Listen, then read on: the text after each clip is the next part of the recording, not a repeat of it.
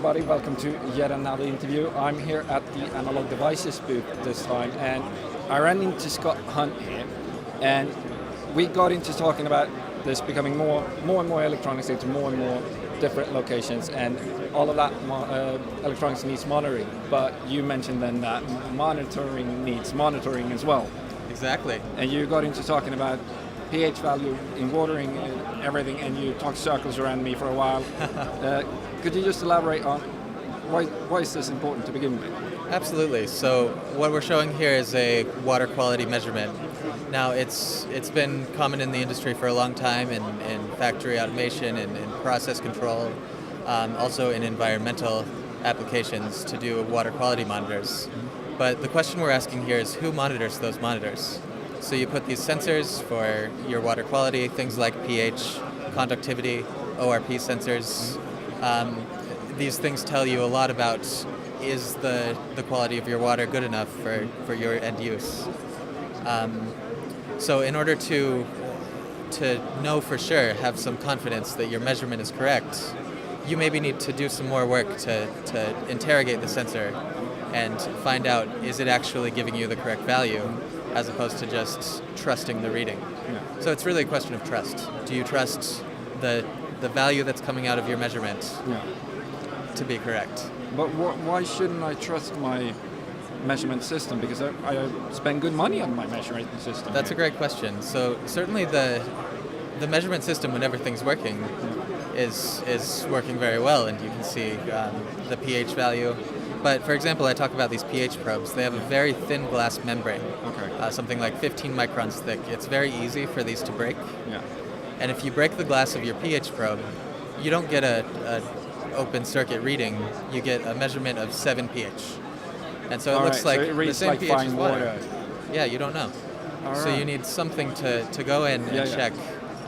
How do I tell if my pH glass is broken, for example? Is it constantly checking, or do you have to ask it? So you can do it either way. In our system here, you ask it for a measurement. Yep. So you can either query for a measurement, or you can query for the resistance of the glass. In a process application, you may want a certain update rate of your measurement.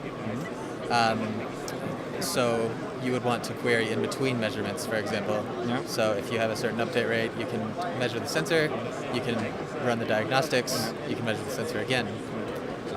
In some other laboratory or environmental applications, you may be able to stop monitoring for a little while, so run a full diagnostic test. It's not strictly aimed at factory monitoring. It has a numerous amount of applications. Yeah, absolutely. So we are interfacing to sensors for pH, conductivity, and ORP in this case. Yeah. Those sensors are made for many different applications. All right. So we've been focused on applications where you want, where it's critical to know that your data is correct. Yeah. So factory is one of the key ones that comes up, but also in environmental, if you don't want to send somebody out to the lake or the river to have to fix the sensor. You might have to write an excuse letter then. Right. Yeah. You at least want to know for sure that he has to fix something. Yeah. Otherwise, he went out there for nothing and you spent all the time. So exactly. So is the product out, or is it still like a reference design that's out? So the reference design is released. I can maybe hold up the board.